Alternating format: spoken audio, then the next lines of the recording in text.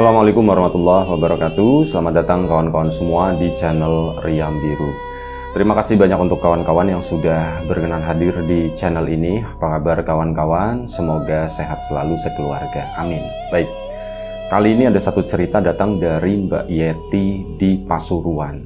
Mbak Yeti menceritakan tentang satu peristiwa horor yang kejadiannya itu udah lama, sekitar akhir tahun 80-an. Jadi waktu itu Mbak Yeti masih kecil ya. Dan ibunya Mbak Yeti itu dulu sempat berdagang ikan pindang. Ikan yang pokoknya prosesnya itu dibakar seperti itu, diasepin atau bagaimana gitu ya. Nah, ini di saat Mbak Yeti masih kecil, itu bapak sama ibu sempat ribut kecil, sempat ribut sepele lah begitu ya. Jadi bapak itu ngomel-ngomel suatu pagi, ini gimana sih udah ditambal tapi kok masih tiap hari bolong lagi, kata si bapak seperti itu. Jadi di bagian ya Mbak Yeti itu rumahnya sederhana begitu ya. Di bagian belakang rumah itu dapurnya itu masih dapur tradisional, masih pakai anyaman bambu semacam itu. Jadi itu kan mudah dilobangin gitu ya, apalagi bagian bawah misal hujan kena cipratan air nanti kering kayak gitu, itu kan cepet lapuk bagian bawahnya. Apalagi ya kena rembesan itu tadi, lembab dari tanah begitu, itu cepet lapuk. Jadi bagian bawahnya itu termasuk yang gampang untuk dilobangin. Bapak itu kan mikirnya itu lobang dibikin oleh tikus atau apa gitu kan. Jadi kayak gitu, bapak itu ngomel-ngomel sendiri, bro. Ini udah ditambal baru kemarin, bolong lagi, dan itu deket sama tempat masaknya ibu, tempat masak ikan itu, ikan pindang itu. Bapak ngomel-ngomel, nanti ditambal lagi sama bapak gitu kan, nyari potongan anyaman bambu, misal nggak ada, minta sama tetangga, misal ada lebihan gitu ya. Udah ditambal rapi, disulam-sulam begitu sama bapak seadanya lah, tapi yang penting rapet gitu. Nanti apa?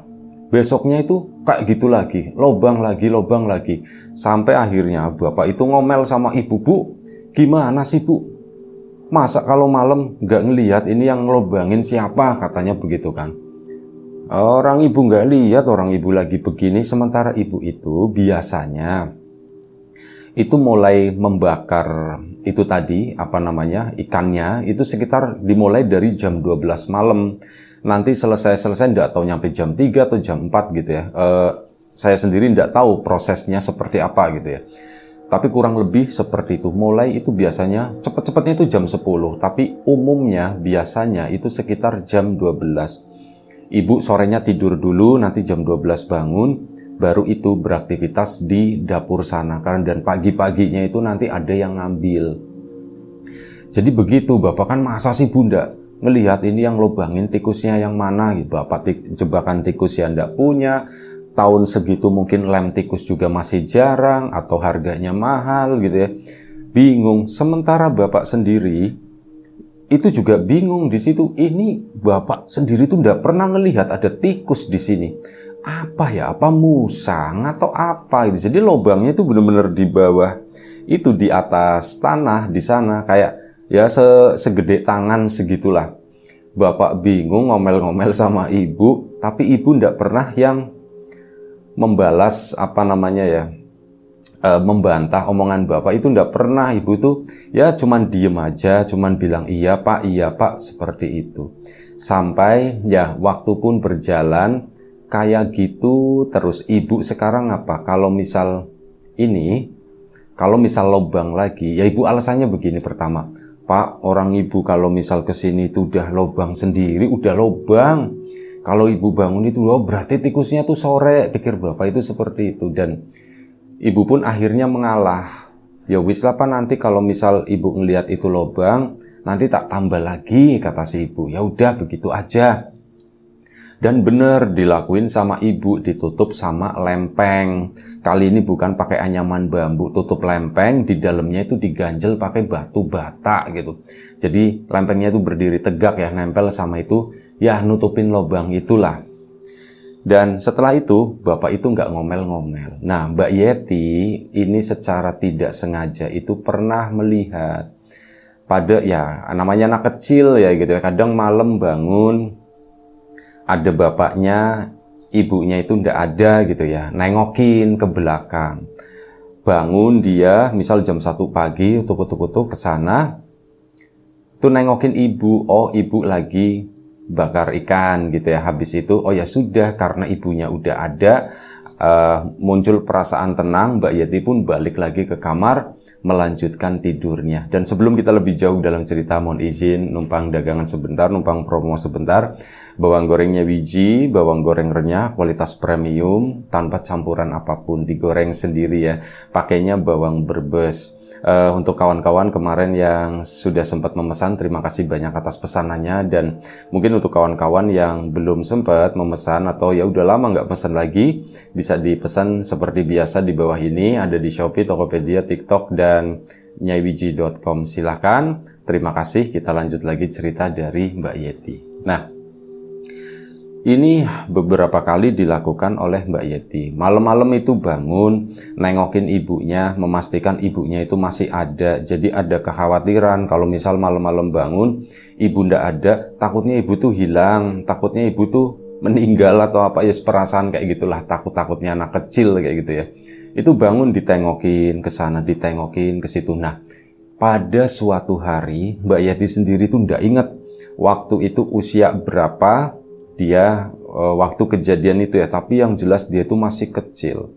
Nah, pada suatu malam Mbak Yeti bangun dan begitu mau ke belakang sampai di pintu, ibu itu lagi nggak terlalu sibuk dengan ikan atau apa gitu ya. Ibu itu lagi ngeliatin ke arah lubang. Itu posisinya ini ibu duduk ya, pakai kursi kecil dari kayu di sana. Ibu ngeliat di sampingnya, dari lubang di anyaman bambu itu, dinding dapur dari anyaman bambu itu, di bagian bawahnya lubang itu yang ditutup sebelumnya itu terbuka. Dan di sana Mbak Yeti itu melihat ada tangan kecil, kayak tangannya Mbak Yeti segitu, tangan sebocah lah. Ada tangan di sana, dan di situ ibu itu ngasih nasi sama ada ikannya. Nggak tahu ikan udah matang atau apa, pokoknya diambilin satu pakai piring, ada nasinya. Nah, tangan itu tuh dicomotin, terus keluar, mungkin dimakan kali ya, makannya itu di luar, nanti tangannya itu masuk lagi kayak gitu. Mbak Yeti ngeliatin, itu tangan siapa ya? Mbak Yeti takut kan waktu itu, kok ada tangan anak kecil? Jangan-jangan, mikirnya anak kecil lah, jangan-jangan itu tangannya anak orang gila atau apa begitulah. Takutnya seperti itu, tangannya juga kotor, kata si Mbak Yeti. Kukunya itu hitam-hitam, bukan hitam semua gitu, enggak ya, tapi di ujung-ujungnya kayak kuku yang nggak pernah dibersihin, kukunya panjang-panjang kayak gitulah, kukunya bocah-bocah lah kayak gitu. Nah, seperti itu Mbak Yeti tadinya mau mendekat ke arah ibu, biasanya itu cukup nyapa, Bu, gitu kan. Ya gitu. Udah nanti balik lagi gitu kan. Nah, ini tuh enggak, malam itu enggak nyapa karena enggak berani. Mbak Yeti itu takut. Dia langsung balik ke kamar. Mau ngomong sama bapaknya, Pak, aku udah ngeliat tikusnya, maksudnya itu seperti itu. Cuman Mbak Yeti itu bingung gimana cara ngomong sama bapak ya. Udahlah, nanti aja, pikir dia. Akhirnya dia pun melanjutkan tidur malam itu. Nah, saking penasarannya, besoknya kan ditungguin lagi. Besok aku mau ngeliat lagi terus aku nanti mau deketin ibu, katanya begitu. Terus nanti aku mau deketin ibu. Nah, pagi itu Mbak Yeti mau ngomong juga ndak berani, entah kenapa gitu. Jadi ya sudah, dia pun diem-diem aja. Nanti malam kalau misal ini aku mau ngomong sama ibu, langsung mau nanya, Bu, itu tangan siapa gitu kan. Akhirnya apa? Waktu pun berjalan, nungguin malam hari, dan seperti biasa jam 12, jam 1 pagi Mbak Yeti itu kebangun. Nah, kali ini begitu kebangun, nengok, ibu itu lagi tidur di sampingnya. Nah, ibu kok di sini? Kok nggak di belakang? Ternyata malam itu libur ibunya. Nggak tahu liburnya malam apa itu, nggak ingat. Dibangunin si ibu, Bu, ibu ndak bakar ikan, Bu. Ibu libur hari ini, kata si ibunya begitu. Oh libur, Bu. Akhirnya ya sudah, Mbak Yeti kecewa kan. Udah tidur lagi. Nah, disuruh begitu. Akhirnya dia pun nurut. Balik lagi tidur. Nungguin itu seharian. Sampai siangnya itu nanya-nanya terus sama ibu. Bu, nanti malam bakar ikan ndak, Bu? Bakar seperti biasa. Kenapa kamu nanya-nanya begitu? Kata ibu kan. Enggak, Bu. Enggak apa-apa, kata si Mbak Yeti. Jadi mungkin ibunya ini anak tumben gitu ya. Kok nanya-nanya terus, bakar ikan. Biasanya enggak gitu. Ini kenapa? Ada apa ya? Cuman ya sudah, hal itu pun nggak diteruskan gitu. Sampai akhirnya malam hari pun tiba. Dan seperti biasa, Mbak Yeti udah nungguin.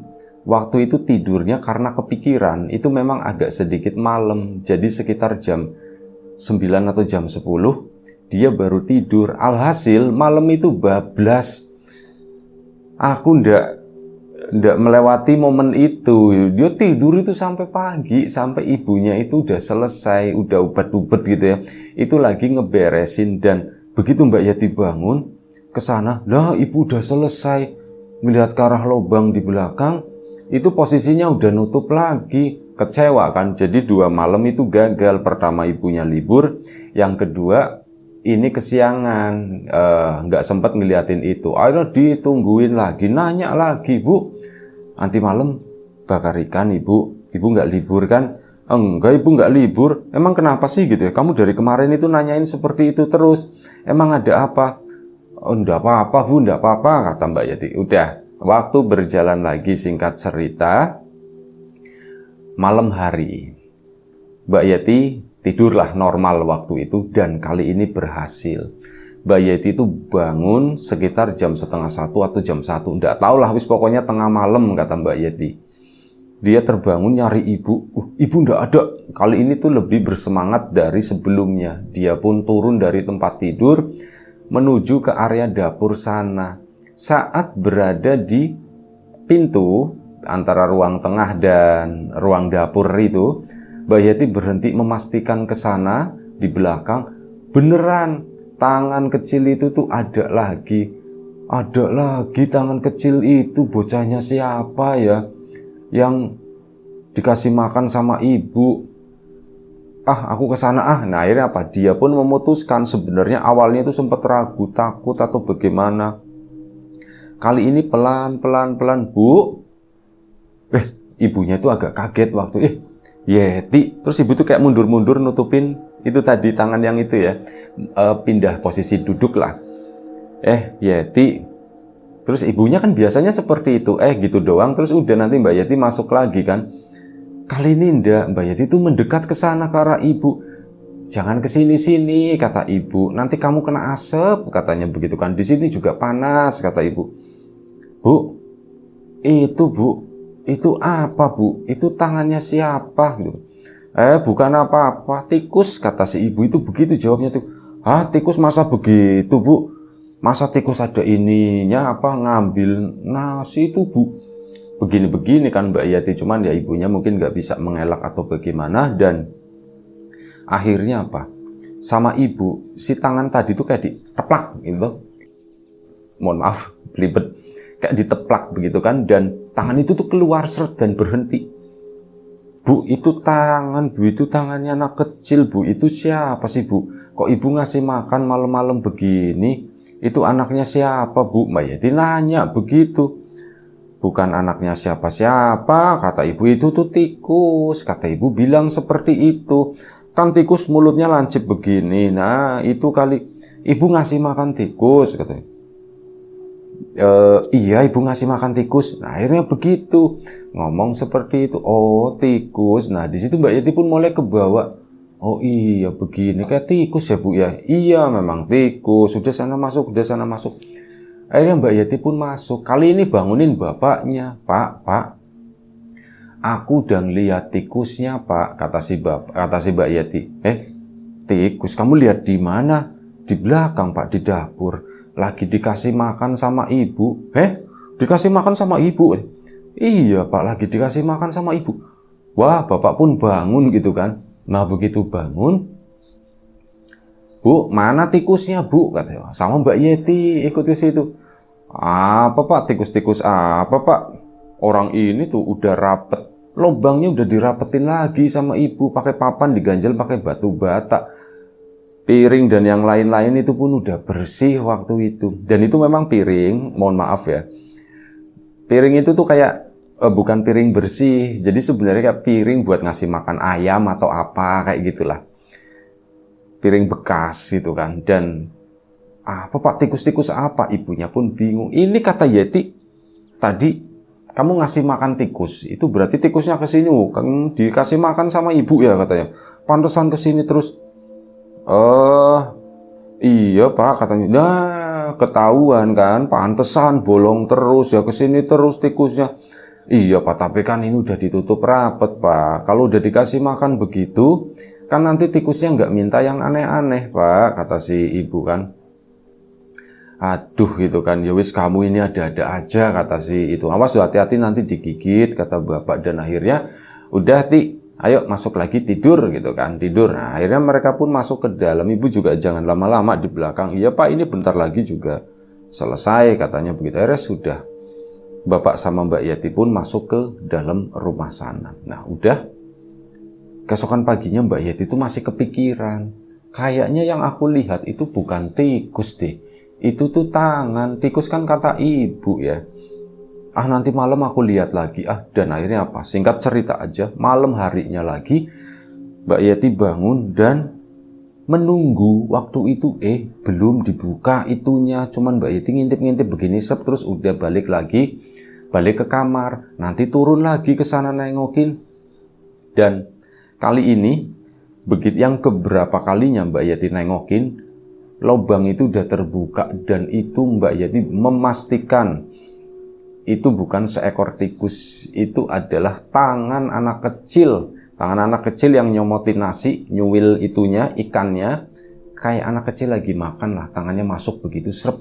Itu bener, itu tangan, itu bukan tikus. Akhirnya Mbak Yati kan ke sana, Bu, itu tangan Bu, itu bukan tikus Bu. Nah ibunya udah kepergok waktu itu.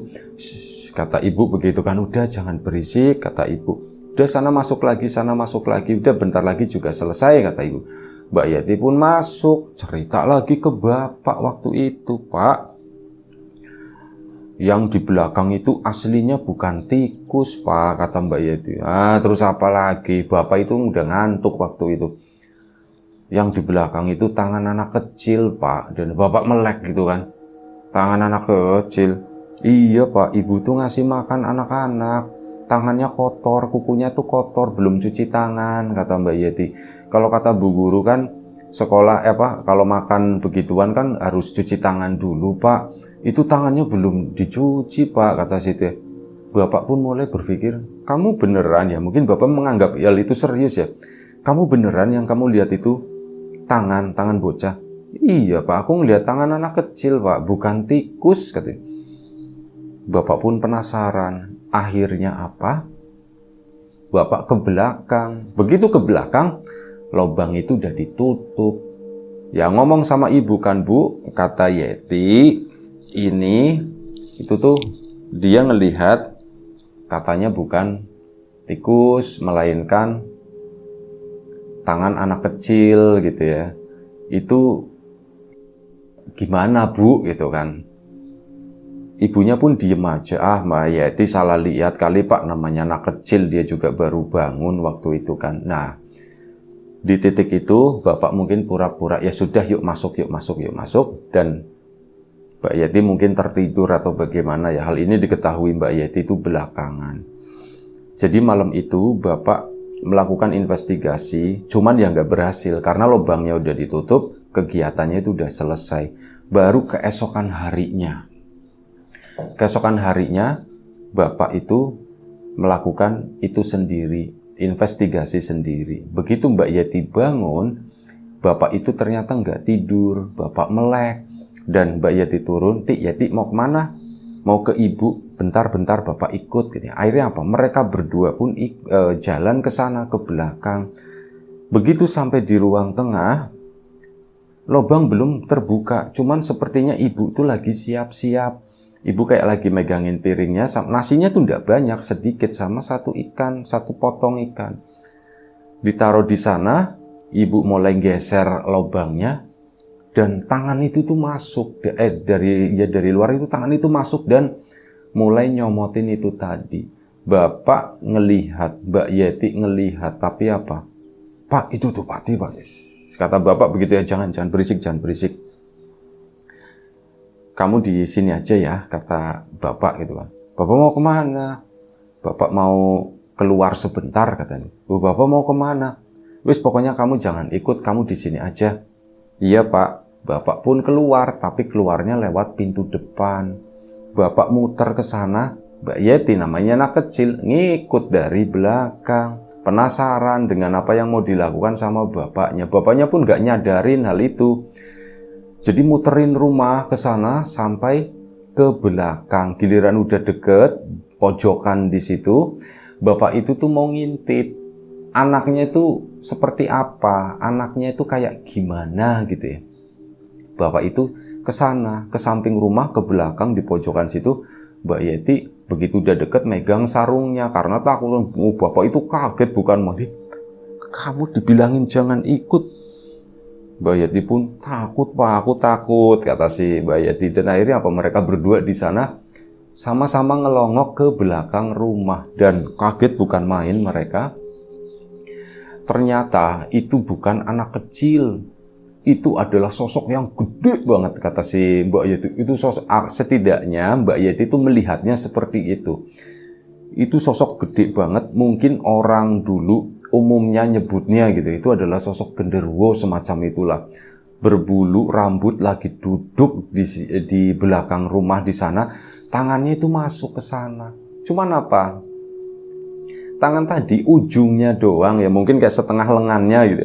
Setengah lengannya itu tangan anak kecil, yaitu yang masuk ke situ, ke lubang itu tadi di dalam sana kelihatannya seperti anak kecil, di luaran itu adalah sosok genderuwo.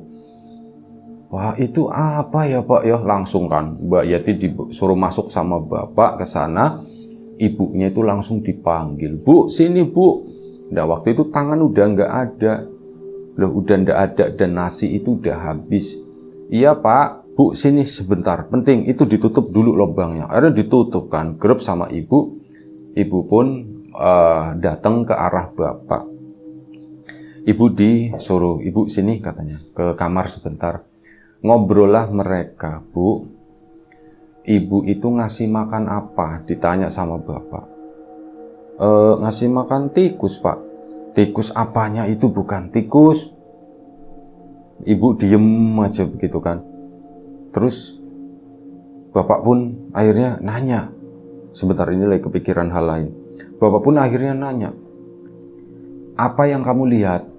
Jujur kata bapak gitu kan. Kamu itu ngeliat apa? Ibu diem aja. Kamu ngeliat tangan anak kecil kan?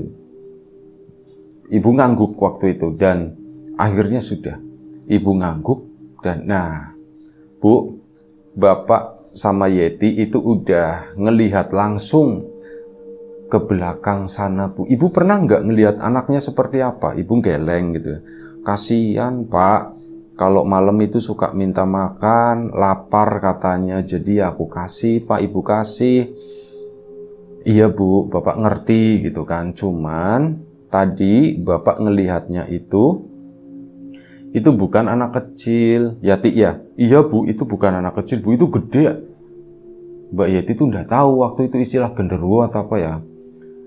Itu gede Bu, gede banget Bu, ada bulunya, ada rambutnya. Ibu pun kayak kaget gitu kan. Masa sih Pak? Iya beneran, Bapak itu tadi ngelihat ke belakang, itu genderuwo Bu. Ibu itu ngasih makan genderuwo di belakang sana, cuman batasnya itu anyaman bambu doang, kata si bapak. Udah ya Bu, ya stop ya Bu ya, tapi kan kasihan Pak gitu. Ya tetap aja bagaimanapun gimana gitu katanya begitu kan. Akhirnya sudah, ibu pun nurut, di stop waktu itu. Dan begitu di stop, ibu itu merasakan sesuatu. Jadi malam hari gitu ya, ibu nggak takut, nggak apa, dia tuh tetap ke belakang ke sana ibu nggak ngasih makan. Nah begitu nggak ngasih makan itu yang namanya dapur itu tiba-tiba tuh udah enak banget, ada bau bangkai, ada apa namanya, atapnya itu gerdak-gerdek kayak ada goyangan, kayak ada gempa sedikit seperti itu. Wis pokoknya nggak nyaman banget lah. Mana ininya dinding-dinding itu anyaman bambunya itu kayak dibrek dari luar. Nah disitulah ibu takut. Akhirnya ibu masuk ke dalam sana, bangunin bapak. Pak, ibu nggak ngasih makan pak hari ini pak. Cuman kayaknya ngamuk pak, itu yang di belakang. Ngamuk gimana bu? Ya tadi ada bau bangkai bu. Ibu nggak tahu itu dari mana. Terus tiba-tiba ya begitu, ini kayak dapur itu kayak udah mau runtuh katanya. Kayak digoyang-goyang pak. Terus ini itu dibrek muter gitu kan. Ibu jadinya takut kalau kayak gini ibu malah nggak bisa kerja. Gimana pak? Duh gimana ya kata si ini.